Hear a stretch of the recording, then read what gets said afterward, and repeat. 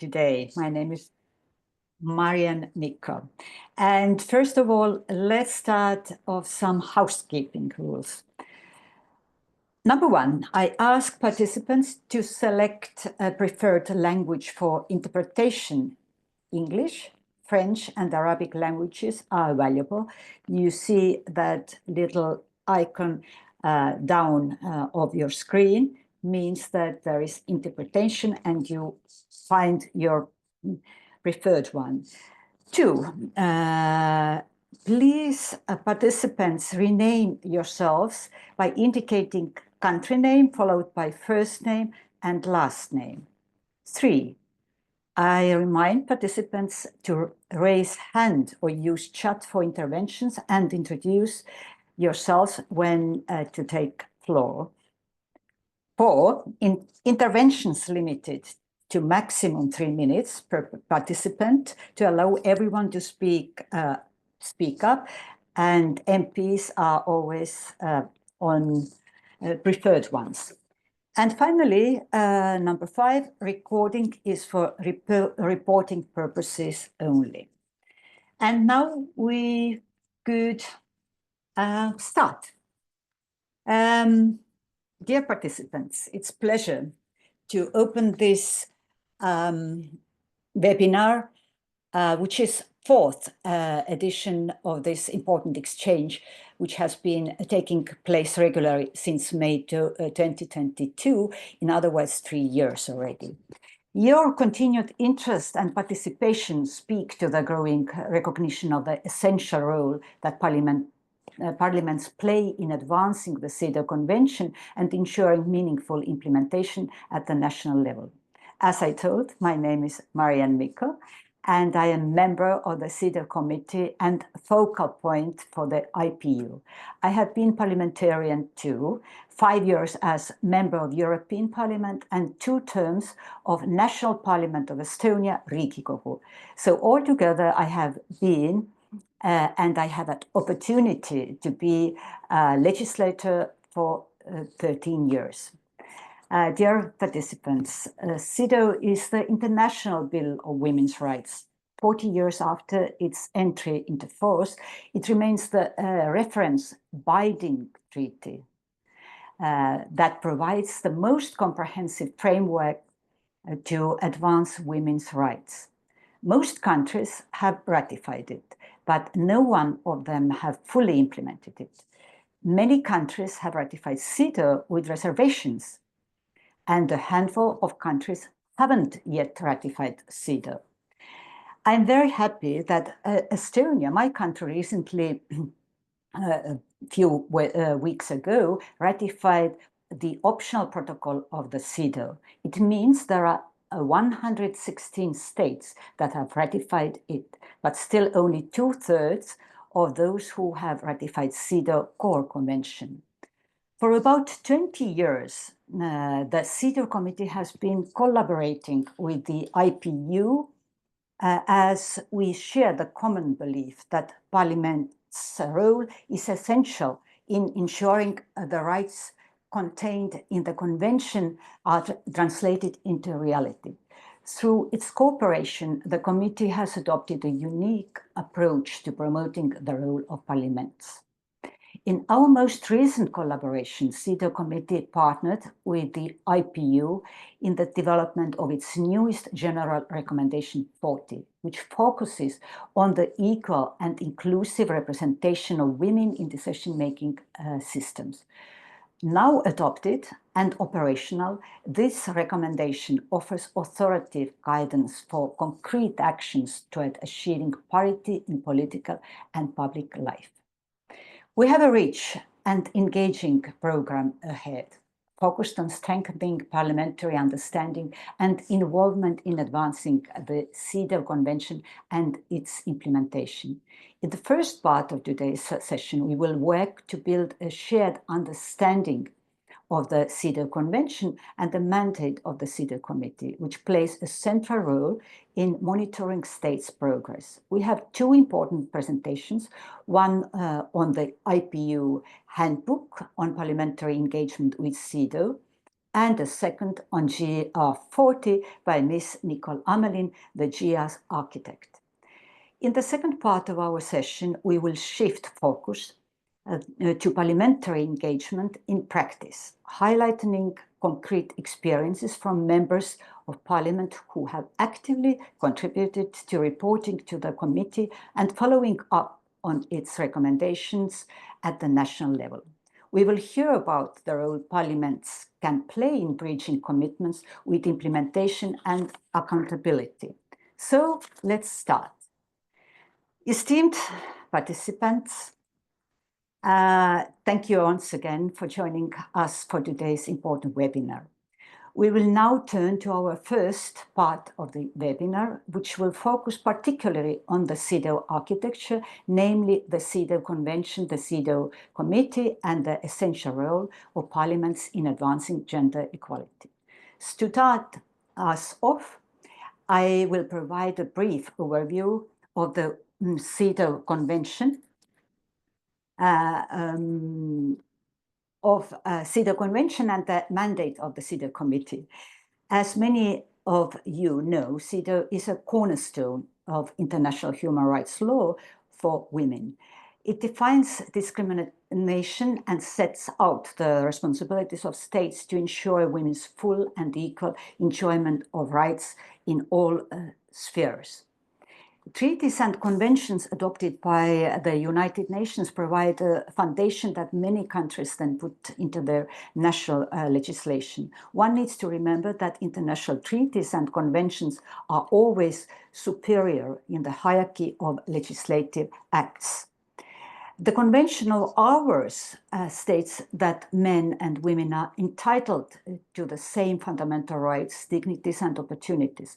Gender inequality has been a shameful part of human society for thousands of years, and it's amazing to be alive at the time when virtually every country has agreed that we should end it. But the agreement is just the beginning, a good start. When member states ratify the convention, they commit to upholding its 16 plus 14 articles. The core convention consists of 16 articles, and the optional protocol has 14 additional articles. I like Articles 7 and 8, women in decision making, but my favorite is actually Article 11. Article 11 in the Convention outlines the equal rights of women in the field of employment, including equal pay. Since my country, Estonia, ratified CEDAW in 1991, it has protected gender equality in its constitution. Only then, when Estonia was joining the European Union, literally in the eve of the official membership, it adopted the gender equality law, which mentioned in its text equal pay and pay transparency. But laws on paper remain paper tigers. In the 2010s, Estonia had one of the largest pay gaps in Europe, with women earning 31% less than men. Yes, you heard correctly, 1/3 less than men. Nowadays, the gender pay gap is not closing, but has decreased to 15%. Thanks to EU directive about pay transparency, which is mandatory for member states to implement, women in Estonia can be confident about their salaries they deserve. And now, at the EU level, more than half of respondents are in favor of introducing temporary special measures such as quotas to overcome the underrepresentation of women in decision-making. The very core question still remains, are we really on the same page, men and women? Do we all agree that women's rights are human rights? But let's turn back to my status and role as an independent expert of the CEDAW Committee. We are 23 all over the world. We are like the watchdog of the convention. Member states, or as we say, state parties, must report regularly on how their country is upholding the women's rights outlined in the convention. During our constructive dialogue, which takes place in Geneva and lasts an entire working day between the UN CEDAW Committee and the state party, we go through all 16 articles of the CEDAW Convention. At the end, we write to the state party concluding observations, which we call COPs, which actually are obligations to be implemented. For shorter time period than 4 years, we are introducing follow-up report of 2 to 4 areas. Those 4 articles need to be implemented within 2 years because they are doneable.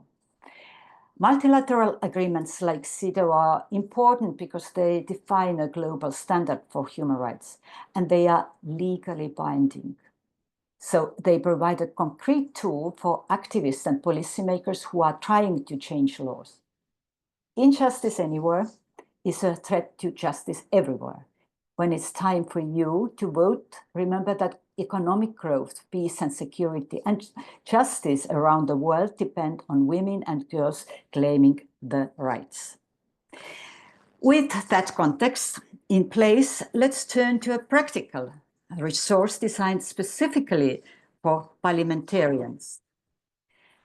And I have pleasure and great honor to give the floor to Mariana Duarte Mutzenberg from the IPU, who will present the latest version of the Handbook of Parliamentarians of CEDAW. This handbook, launched in 2023, serves as a practical guide for lawmakers. It is designed to strengthen your understanding of the Convention and support the integration of its principles into parliamentary work, especially in areas such as legislation, budgeting, and oversight. Mariana, the floor is yours, please. Thank you. Thank you. It's a great pleasure to present this resource that we developed closely with some of you on this webinar today and some of your colleagues across the globe, and of course, in close collaboration with the CEDAW Committee. You may know that the IPU's work in collaboration with the CEDAW Committee is a long-standing one. It's grounded on our mandate to support parliaments in advancing gender equality back home, and CEDAW is a playbook for parliamentarians for many reasons, because CEDAW is about ensuring equality in the law, lifting any discriminatory provisions in the law, making sure that there are dedicated mechanisms and policies in place to ensure CEDAW is a reality for every girl and every woman, allocating budgets to achieve that, building support in the population and among fellow parliamentarians for gender equality, ensuring a gender perspective in their country's foreign policy, and importantly, because there's still countries today that have put reservations to some provisions of CEDAW, parliamentarians can play a key role in ensuring those reservations are lifted. So we embarked a few years ago on re-editing the very first handbook we did back in 2003, when it was mostly about raising awareness of the optional protocol and getting parliamentarians to ratify it and start getting interested in the work of the CEDAW Committee. And a lot has happened over the 2 past decades.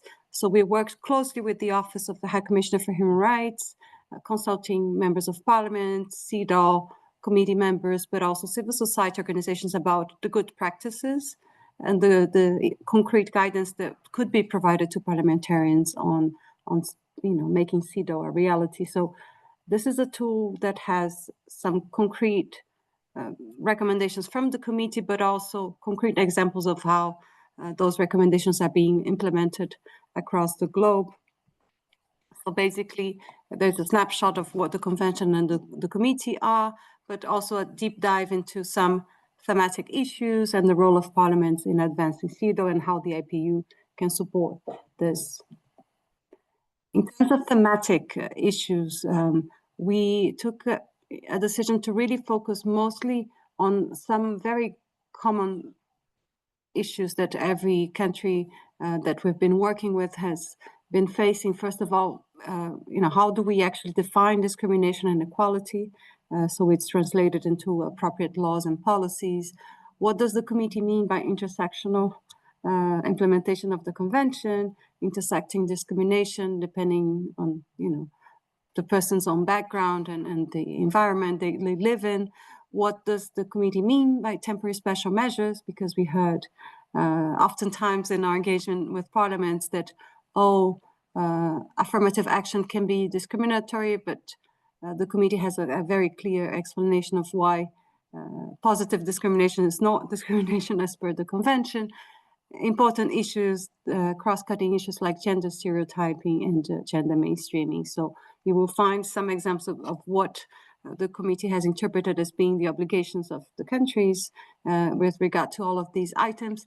The committee has also over the years created strong links between the CEDAW rights and the Sustainable Development Goals and the different international challenges related to conflict, climate change, and health crisis, and how that impacts implementation of CEDAW, but also how CEDAW remains relevant in all those special circumstances and difficult ones.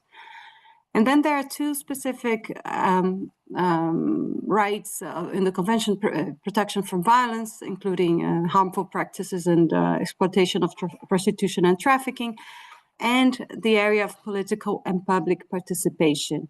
And we'll be hearing from Ms. Nicole Dalmin, who has chaired the group that developed the most recent CEDAW guidance on political participation and decision-making more generally, which came out after the handbook was published. Now, when it comes to parliamentary involvement and CEDAW reporting, which is the key focus of this webinar today, you will see in the handbook, you'll be hearing experiences and examples, and maybe today as well, we'll be hearing some of that as well, in terms of the different entry points for parliaments to be engaged in the work of the CEDAW Committee.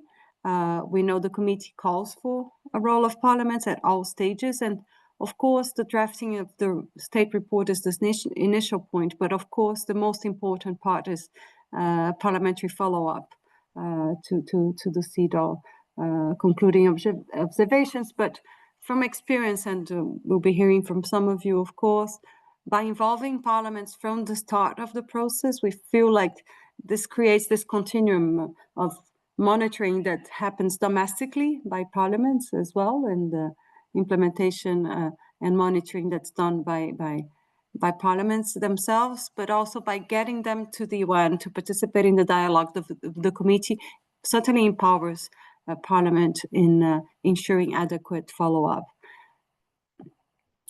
In a snapshot, I will share some of the good practices that you will find more details on in the handbook.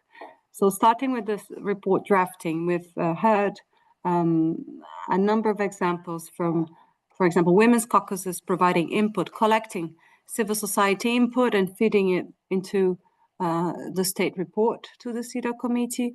Specialized committees on gender and human rights have also been fundamental in certain countries in bringing their perspective, their parliamentary perspective into the state report.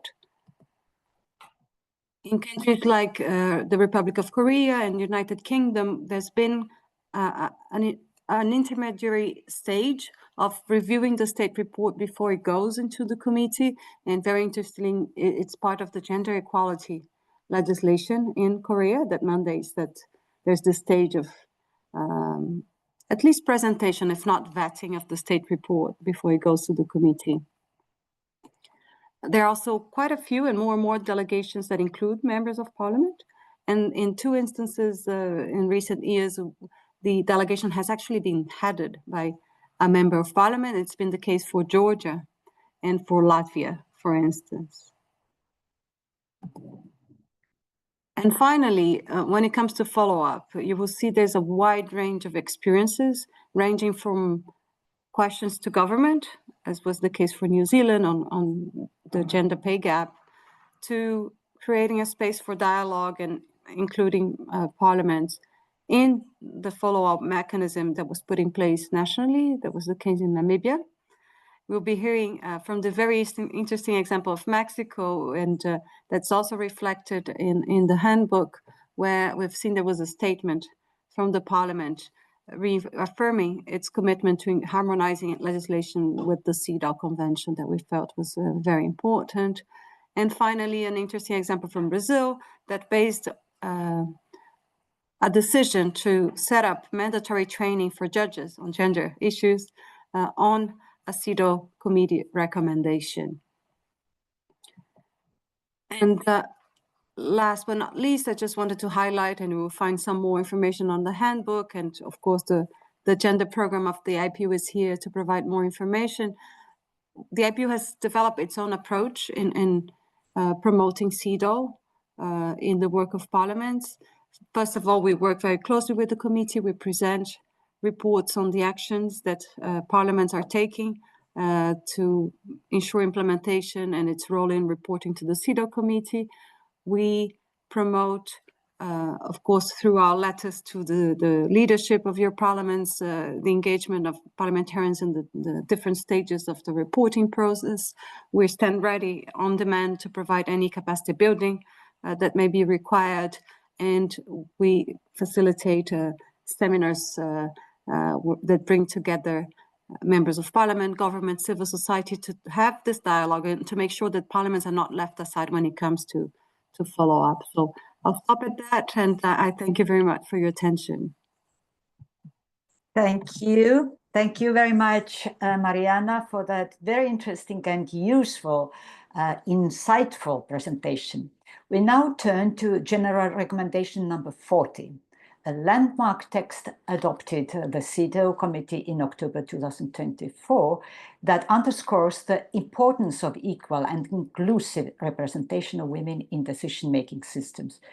To guide us through this important topic, we are honored to welcome Ms. Nicole Amelin, the architect of General Recommendation 40, a former chair and member of the CEDAW Committee, as well as a former minister and member of parliament from France. Ms. Amelin has been a powerful advocate for women's political participation and was instrumental in shaping this recommendation, which calls for transformation approach to inclusive and representative decision-making systems. Dear Nicole, it is a privilege, honor to have you with us. The floor is yours. Please, Amelin. Merci, merci infiniment, chère Marianne.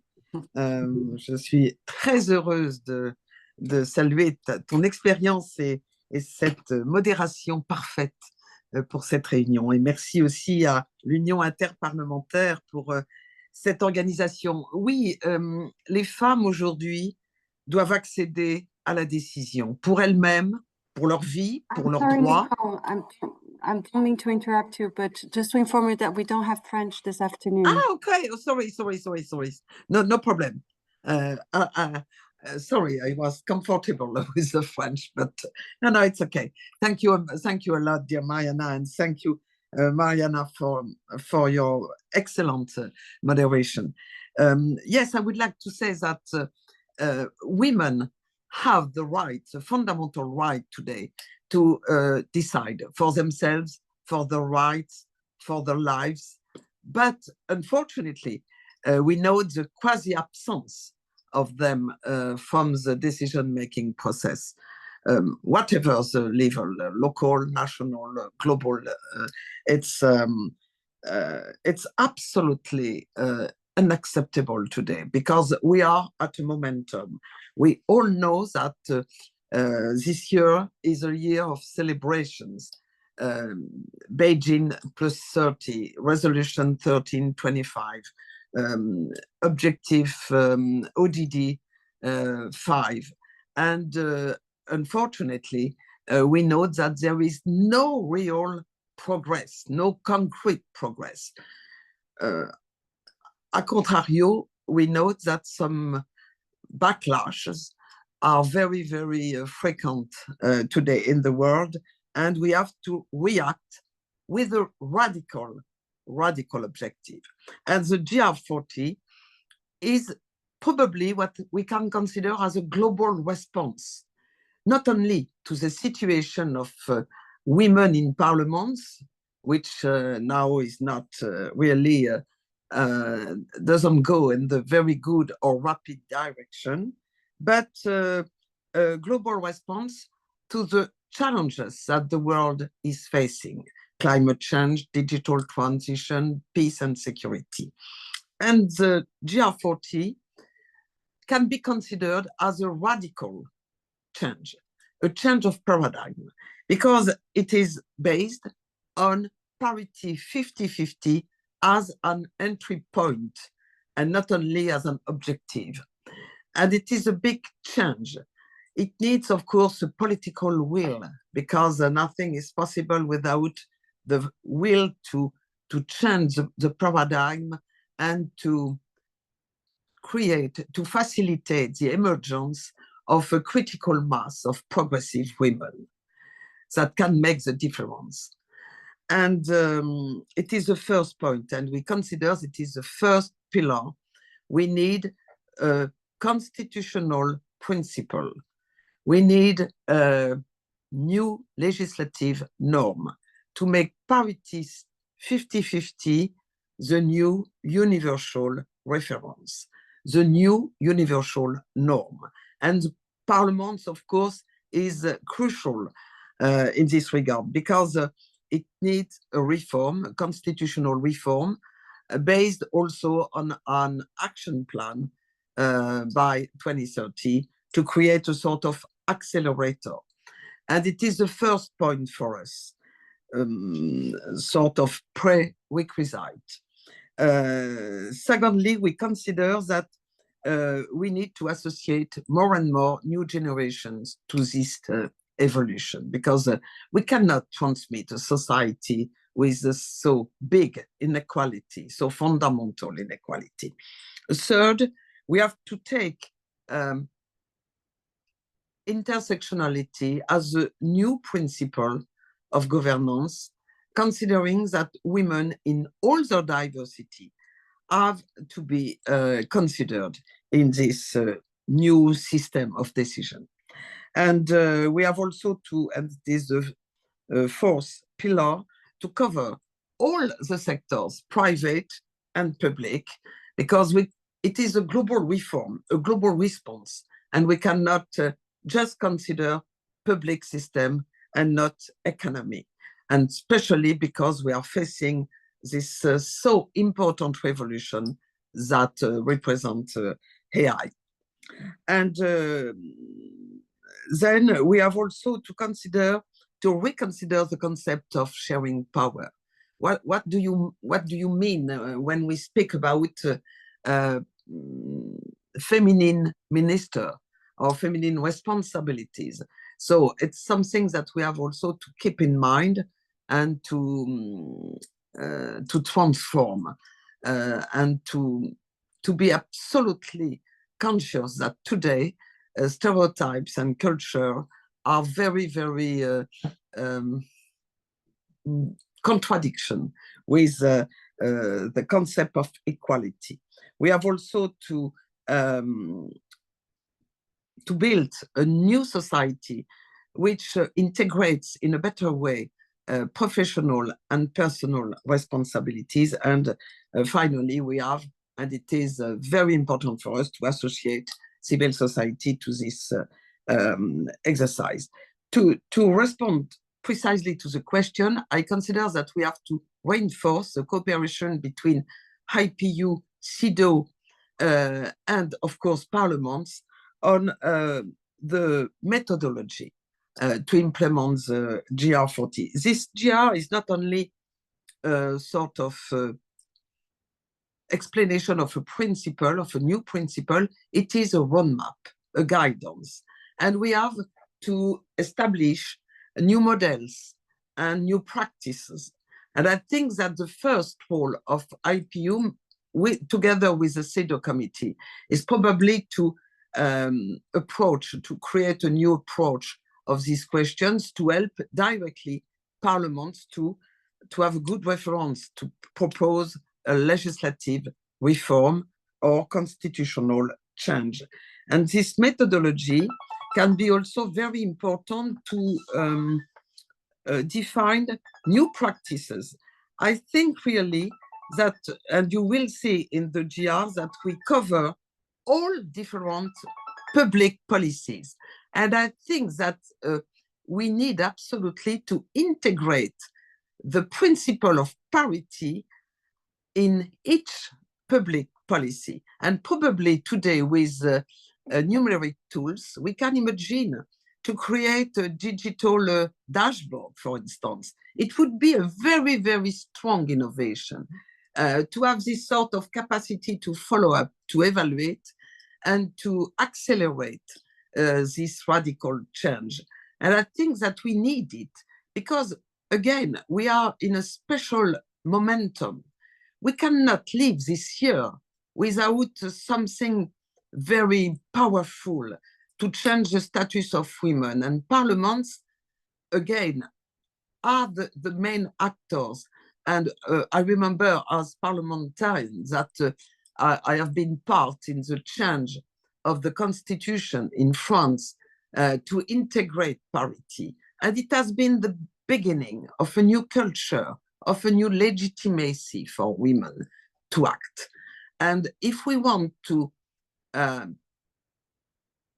tackle the cause of inequalities and not just be on the consequences, we have to reverse the parameters and to put really a parity 50-50 as the new rule. And I'm, of course, totally available for that, for helping. But I do think that if IPU, CEDAW, and with my total support, can create a new framework, a new methodology, you can be sure that you change everything with this new vision and this new tool. Thank you a lot. Yeah, thank you. Thank you, Nicole. You always have so much to share. Before we transition, I'd now like to briefly open the floor for any initial reflections or comments for participants on what we've heard so far. This is a chance to share early thoughts, reactions, or key takeaways. Please note that we will have a dedicated second session which will focus specifically on parliamentary experiences and good practices. So today's brief exchange is just the beginning of the conversation. With that, I would like to invite any brief remarks or inputs you may wish to share for 1 minute each. I can't see, or are there any?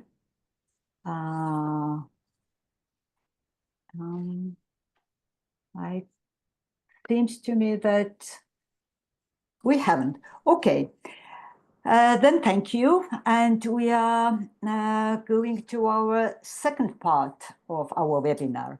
And this session now is dedicated to exploring how parliaments engage in the implementation of CEDAW, particularly in reporting to the committee and in following up on its observations and recommendations. We will hear from members of parliament who have first-hand experience in aligning national legislative work with CEDAW's objective, including through engagement with the committee and follow-up to its concluding observations.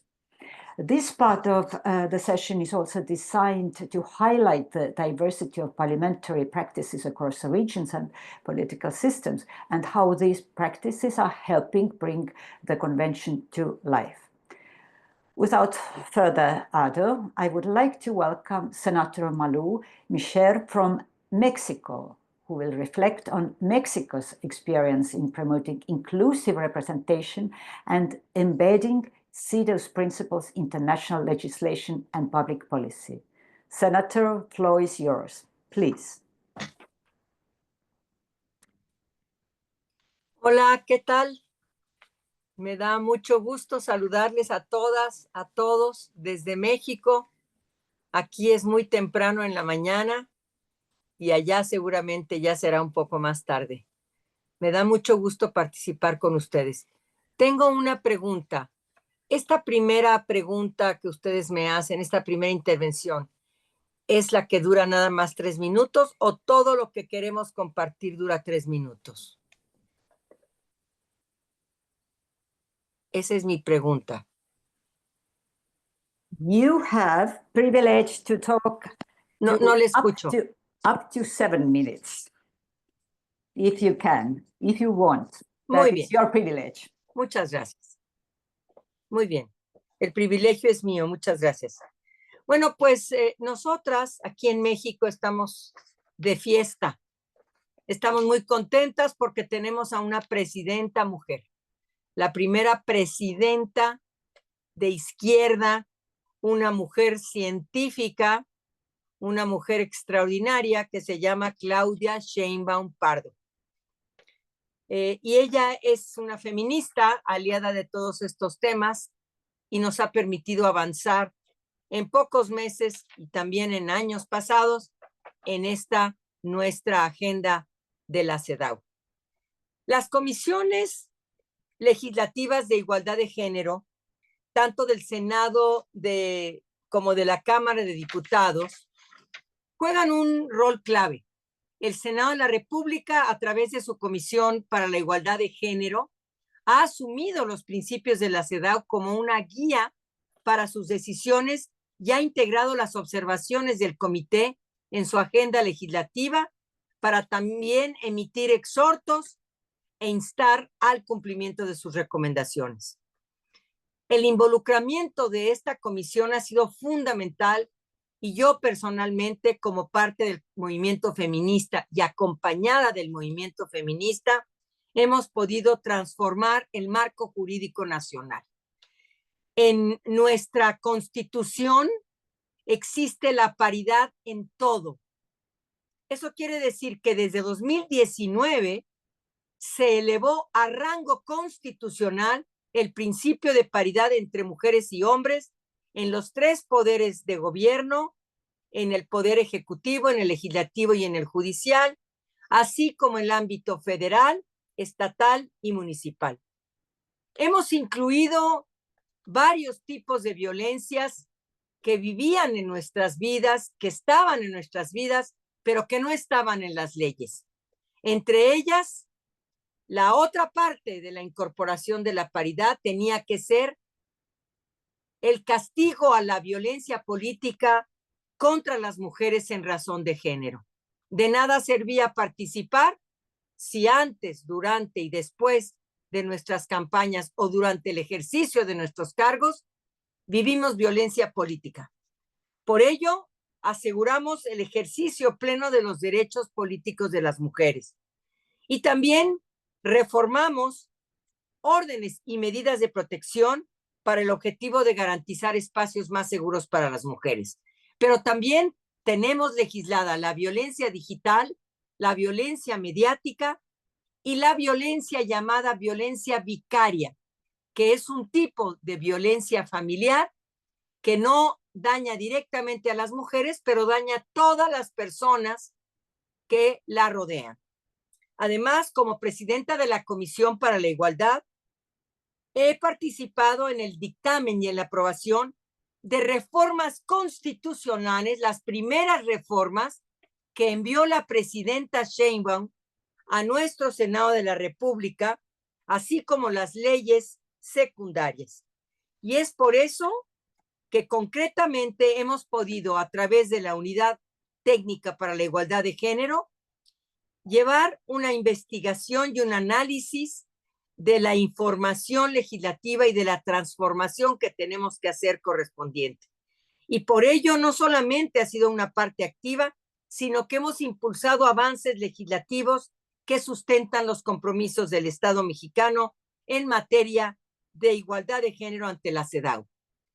La Comisión de Seguimiento de las Observaciones al Comité CEDAW es coordinada en mi país por la Secretaría de Relaciones Exteriores y por la Secretaría de las Mujeres, las cuales han integrado a más de 50 instituciones del Gobierno de México, incluyendo el Poder Legislativo, y ese es el mecanismo institucional oficial para dar seguimiento a las observaciones finales de la CEDAW.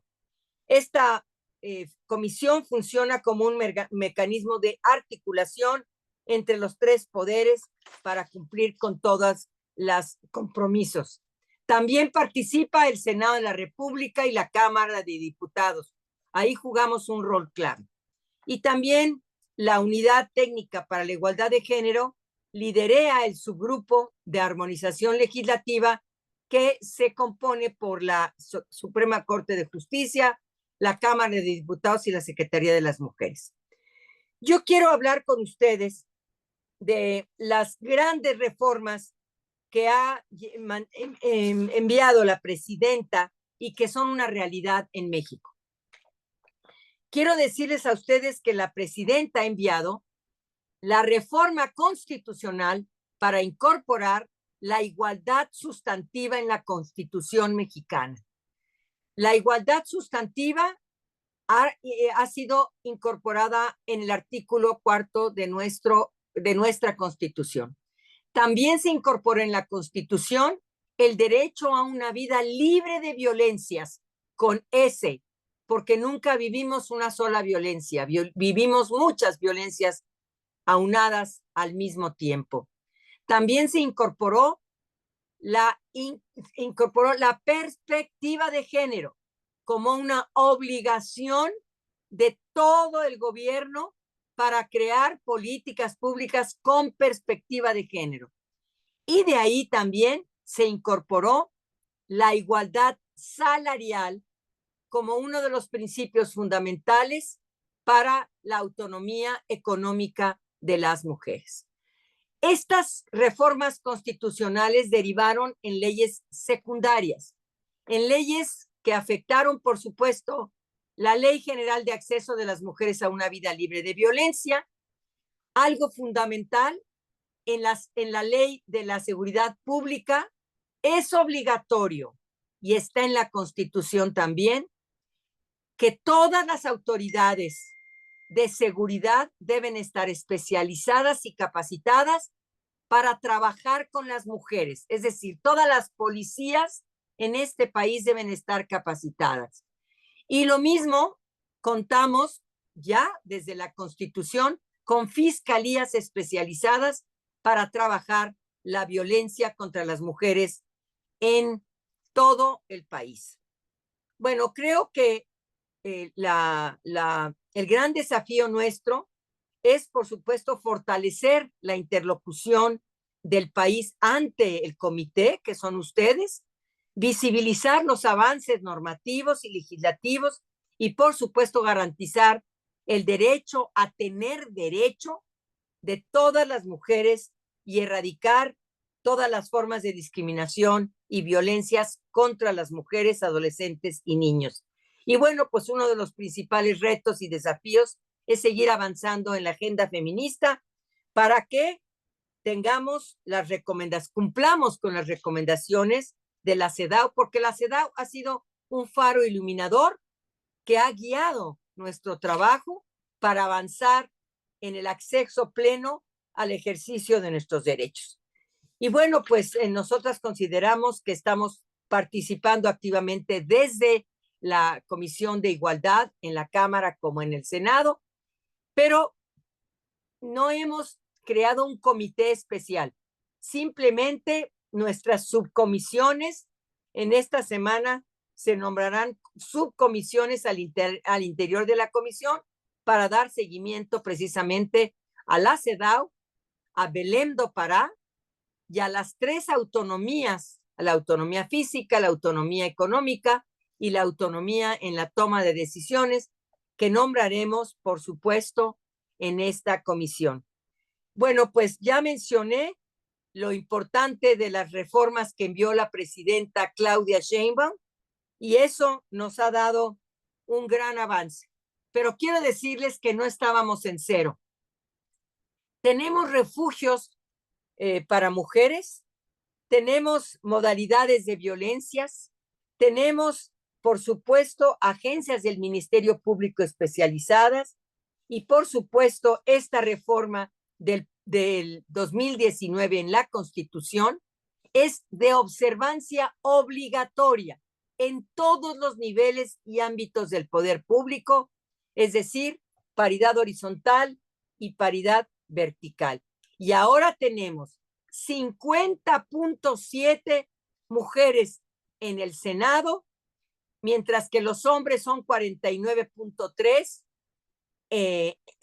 hombres, y en la Cámara de Diputados tenemos 50.4 de mujeres y 49.6 de hombres. Por eso México es el segundo país en el mundo que tiene, después de Ruanda, que tiene su constitución reformada para la igualdad.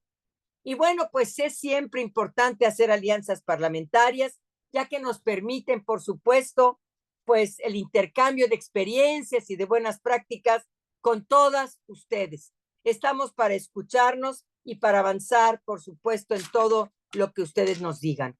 Con respecto a la recomendación de la CEDAW, de la recomendación 40, quiero decirles que hemos avanzado significativamente y quiero compartirles que varias de nuestras recomendaciones ya son una realidad en nuestro país.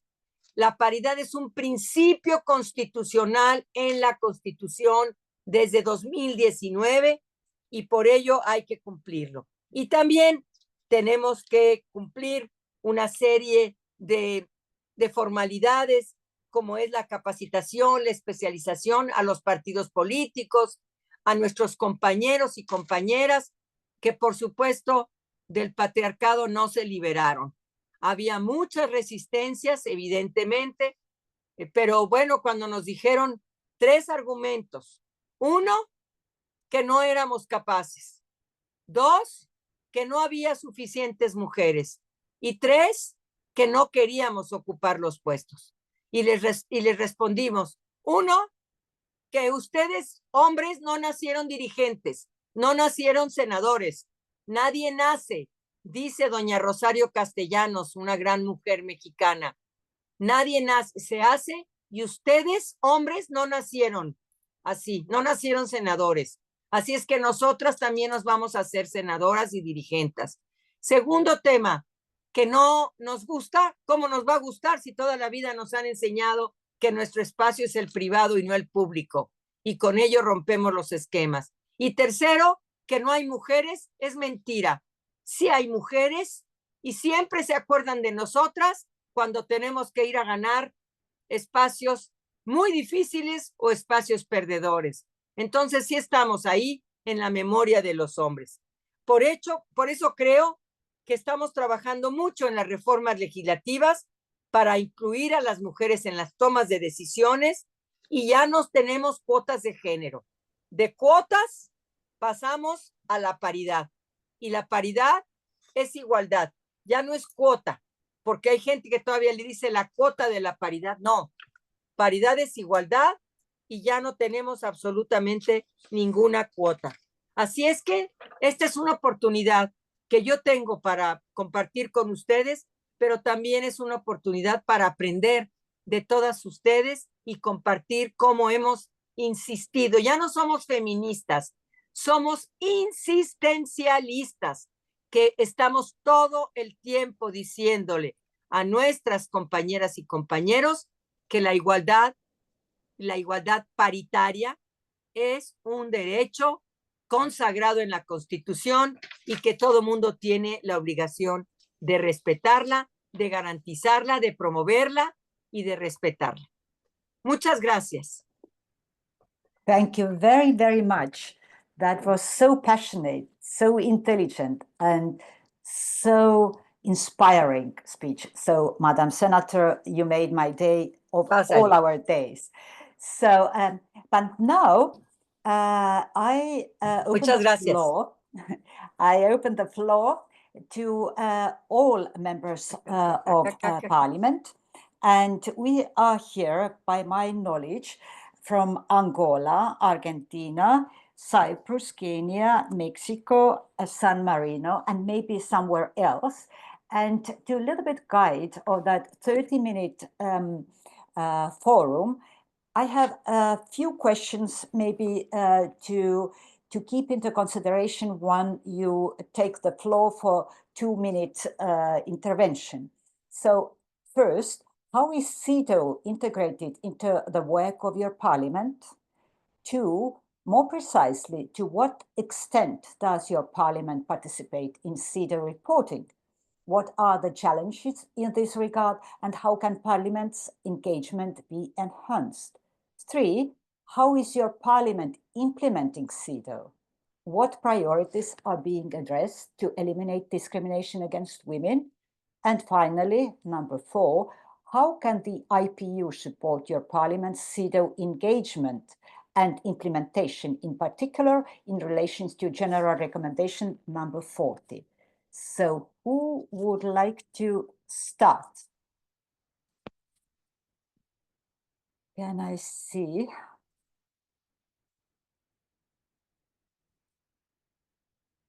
So, and peace participants, I understand there are 42 of us. I can't find the hand to raise the hand. All right. It's yes. from Cyprus. Very nice. I want to intervene now because really I have something, there is something that I have to participate, and I want to give you a short, my short intervention now in case I really have to leave. Excellent. Okay. 2 minutes are yours. 2 minutes. First of all, the Parliament is not involved because it is, we are not a parliamentary democracy, we are presidential democracy, and this is in the hands of the executive. The person responsible is the commissioner for the law commissioner, and she's in charge of writing the progress report. I have the progress report, but I cannot in 2 minutes say a lot of things. What we do as a committee of equality between men and women, we, from time to time, we invite the commissioner to give us an outline about the progress, where there are problems, the improvements, what actions the government is taking, etc., etc. But having said that, it doesn't mean that as parliamentarians, we are not addressing the issues of equality. We do that by filing our own law proposals in order to change inequalities where we trace them, where we find that we can intervene. We do it as parliamentarians.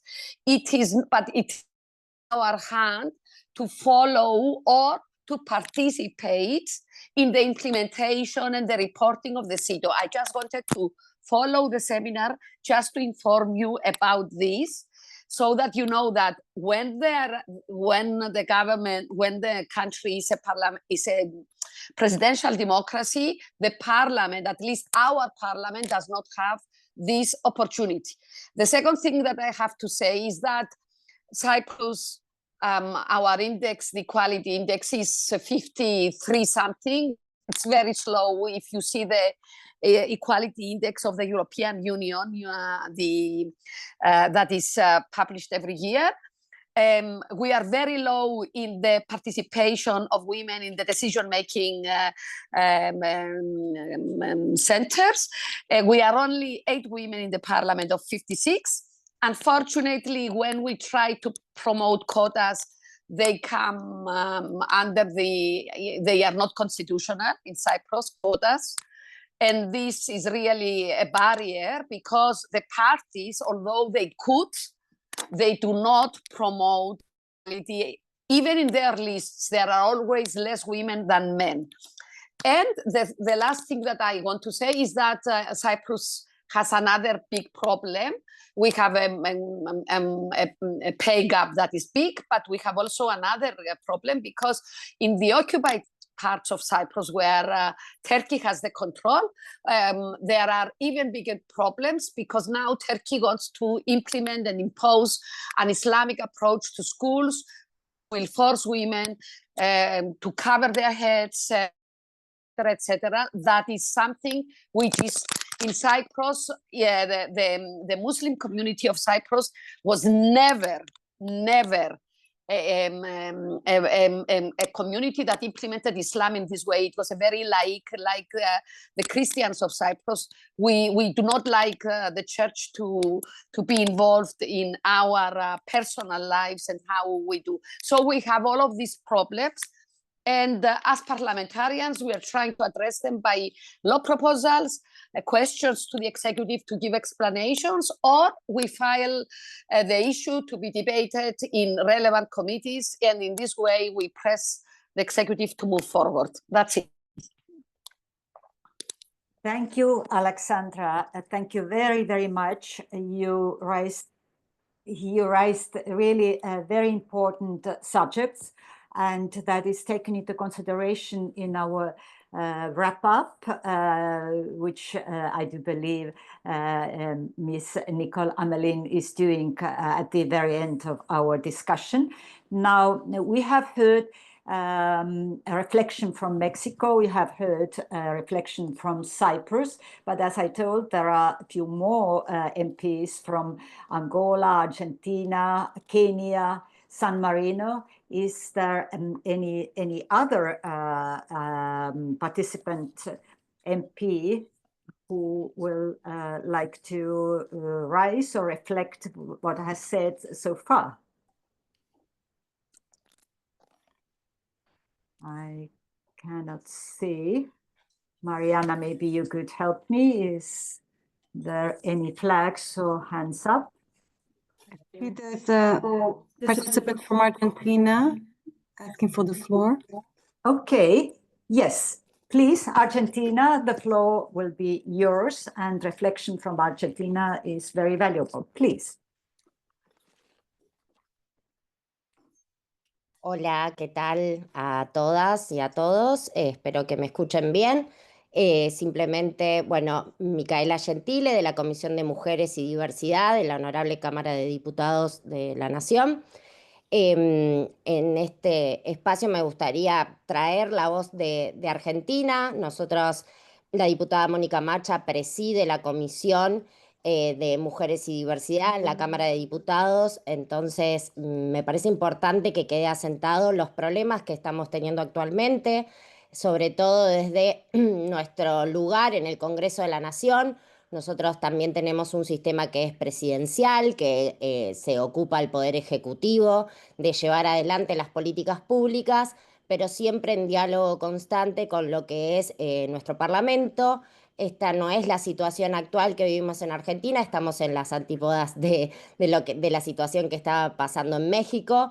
Nosotros, la verdad que vemos con muchísima preocupación el retroceso de las políticas de género y diversidad y el incumplimiento sistemático de la CEDAW y de la Convención de Belén do Pará, por lo que creemos como que son fundamentales estos espacios, nos interesa participar.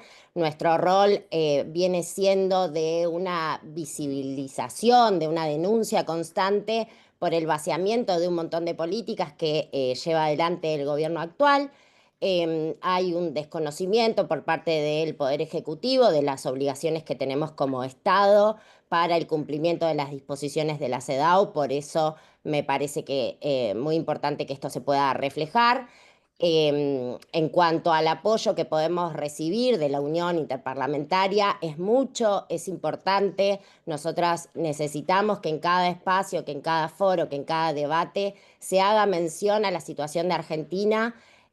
Argentina viene teniendo una trayectoria de más de 40 años con organismos rectores en materias de políticas de géneros y diversidad. Teníamos un mecanismo de adelanto para las mujeres que tenía el rango ministerial y ha sido disuelto. Entonces, bueno, compartirles esta situación que la verdad que es preocupante, que está costando la continuidad de un montón de políticas que asistían a mujeres y a comunidad LGBT y que no se está cumpliendo ni con la recomendación número 40 ni con ninguna de las disposiciones de CEDAW, como lo veníamos haciendo y veníamos informando en cada uno de los pedidos de información. Así que agradecerles el espacio y bueno, y dejar esta situación que estamos atravesando en nuestro país. Muchas gracias. Thank you, Argentina.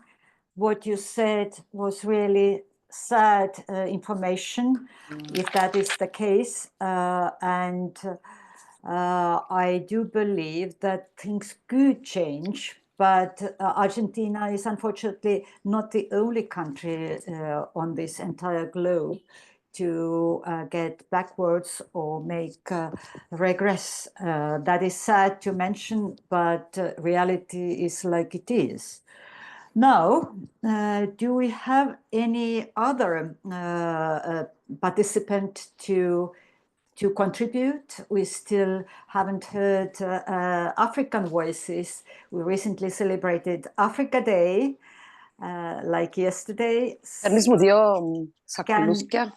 Can we hear anybody from Angola or Kenya, if you are on board, or if not, then the floor is open for any other, because still we have a little time, say 5 to 8 more minutes to reflect, and then we slightly wrap up our today's webinar.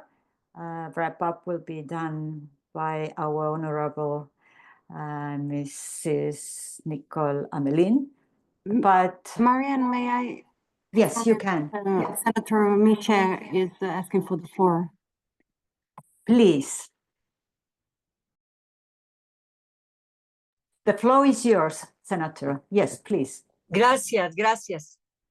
Yo creo que si bien CEDAW se refiere a los estados partes con respeto siempre, con respeto de su autonomía, con respeto de su autogobierno, yo creo que sí tendríamos que analizar a profundidad la violación a nuestros derechos humanos desde los gobiernos que han echado para abajo todo lo que se hace por las mujeres. Esa es nosotras en México le llamamos un agravio comparado. Es decir, por el mismo derecho se castiga de manera distinta a nuestros agresores. Es decir, en México, si naciste en la Ciudad de México y te violaron en la Ciudad de México, y luego hay una mujer violada en Chiapas, se castiga de manera distinta al agresor. Eso es un agravio, porque es el mismo delito. Pues lo mismo sucedería entre los países de este mundo. Los delitos que se cometen contra nosotros son iguales, son los mismos. Las violencias son las mismas. Y los estados deberían ser sancionados por este agravio, por este retroceso, por estas sanciones que no se le dan a los estados y a los gobiernos. Lo firmado, firmado está. Lo obligado, obligado está. Y tendríamos que crear un gran movimiento, como lo que mencionó Marianne, esta masa crítica, pero de los países, para no permitir en ningún estado que echara marcha atrás en lo ya logrado. Yo tengo mucha preocupación porque en Latinoamérica y en una parte de Europa avanza la ultraderecha. Estoy de acuerdo, si la gente votó por grupos conservadores, yo no tengo por qué meterme en eso, pero en el retroceso, en el avance de la agenda legislativa en favor de los derechos humanos de las mujeres, no deberíamos de permitirlo. CEDAW tendría que crear una estructura para no permitir eso en nuestros países integrantes. Es todo. Muchas gracias. Thank you very much, Madam Senator. That was very serious signal. And I think how we, like 23 members of CEDAW, can take that on the board in the manner that you mentioned, actually, like how to sanction state parties in this respect. That is quite complicated to do. Our hands are sometimes very short, because, for instance, if they ask that what else than bad image we could create, how we really sort of say punish or sanction countries, then basically that is not much, as you know perfectly well, to do with countries which are regressing. But that's true that we mustn't wait for, and it needs to be, I mean, united allies. I mean, and in this respect, IPU, with all its committees, and especially female members, those who are in IPU, is really a very good tool to get together. And that's why I think that IPU could create something which is sufficient and really working for. And I do believe that now that is time to wrap up and then give the floor for, in this respect, to our Nicole Amelin, who is really great connoisseur and who have experience of 16 years of CEDAW, plus member of France, and a member of Parliament of France and Minister of France, to reflect and wrap up what today we heard. And maybe the very first question is just what came up by senators from Mexico.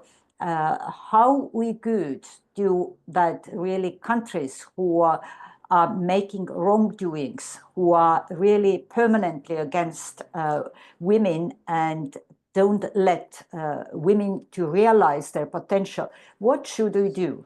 So, Nicole Amelin, that is now your turn to wrap up all what we have heard today, this morning, and then especially now where we 41, yes, participants are together.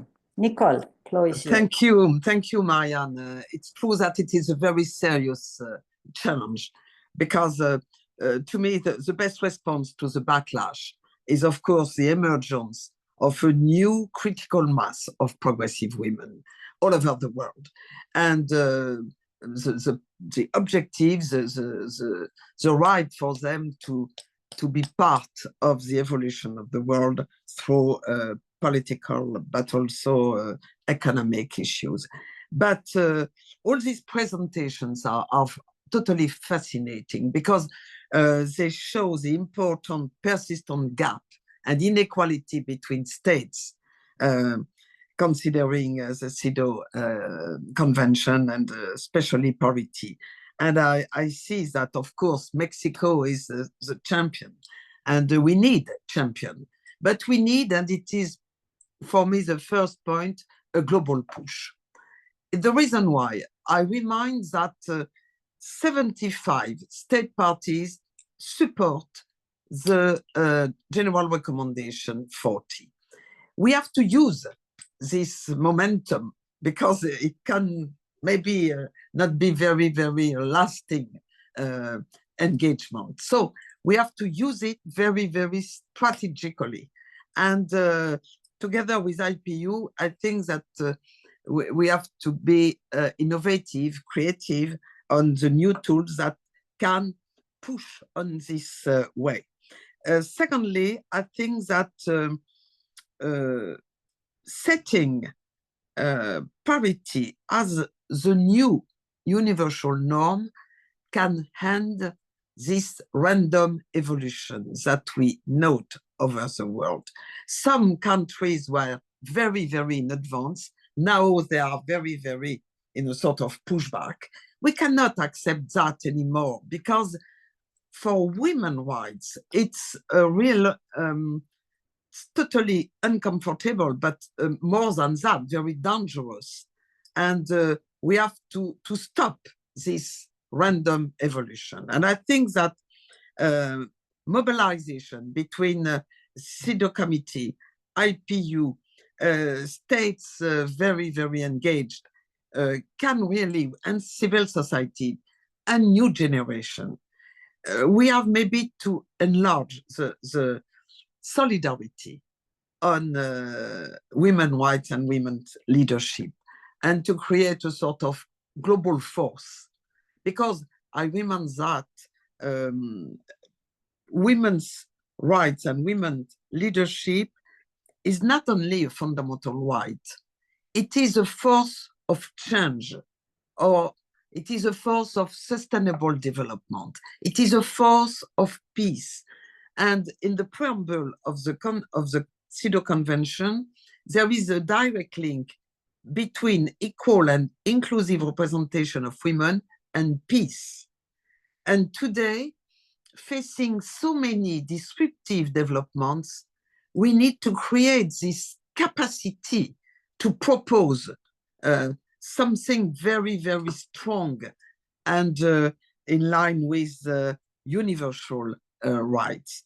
And I would like to say also that we have to probably to mobilize regional organization, because there is generally a sort of women's rights charter of our global engagement at this level. And it can be a sort of lever of change too, because I've been a lot of time in Mexico recently and in South America, and I measure and I value the importance of global organization. So we have to use also this capacity to be, and in Europe it's the same. So maybe we have also to mobilize, to sensibilize this level of change. And finally, I would like to say that IPU is a wonderful actor, player, but we need absolutely to have with us also the big foundations.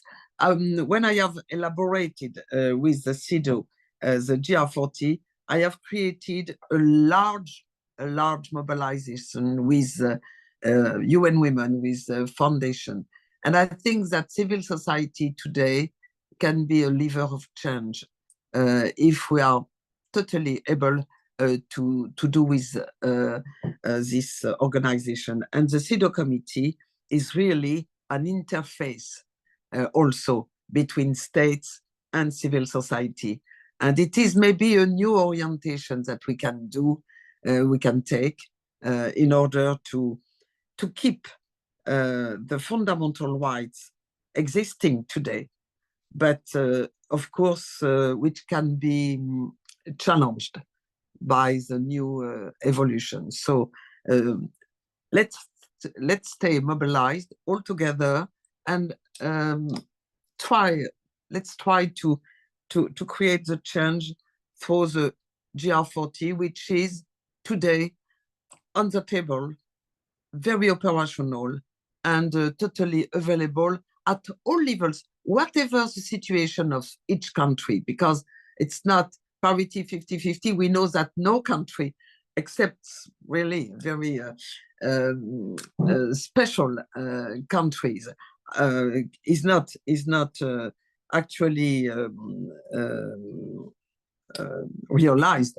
But it was the same in France when we put it into the constitution. So let's try to make this step all together, and we will see that probably it will be the new beginning and the way to keep our rights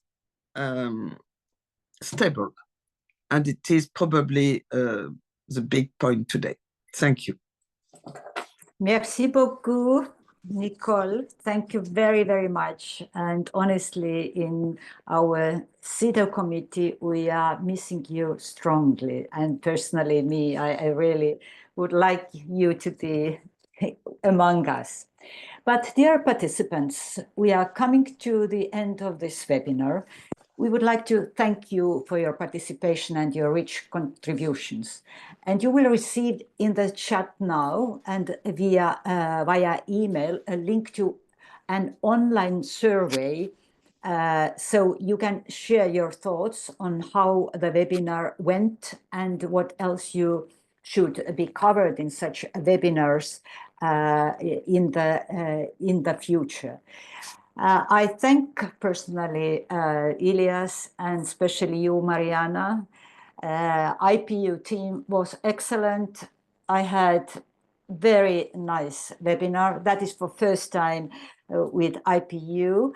but as focal point of the CEDAW committee, I would really like to continue that excellent cooperation. So thank you. Thank you very much, Maria. Thank you. Bye-bye.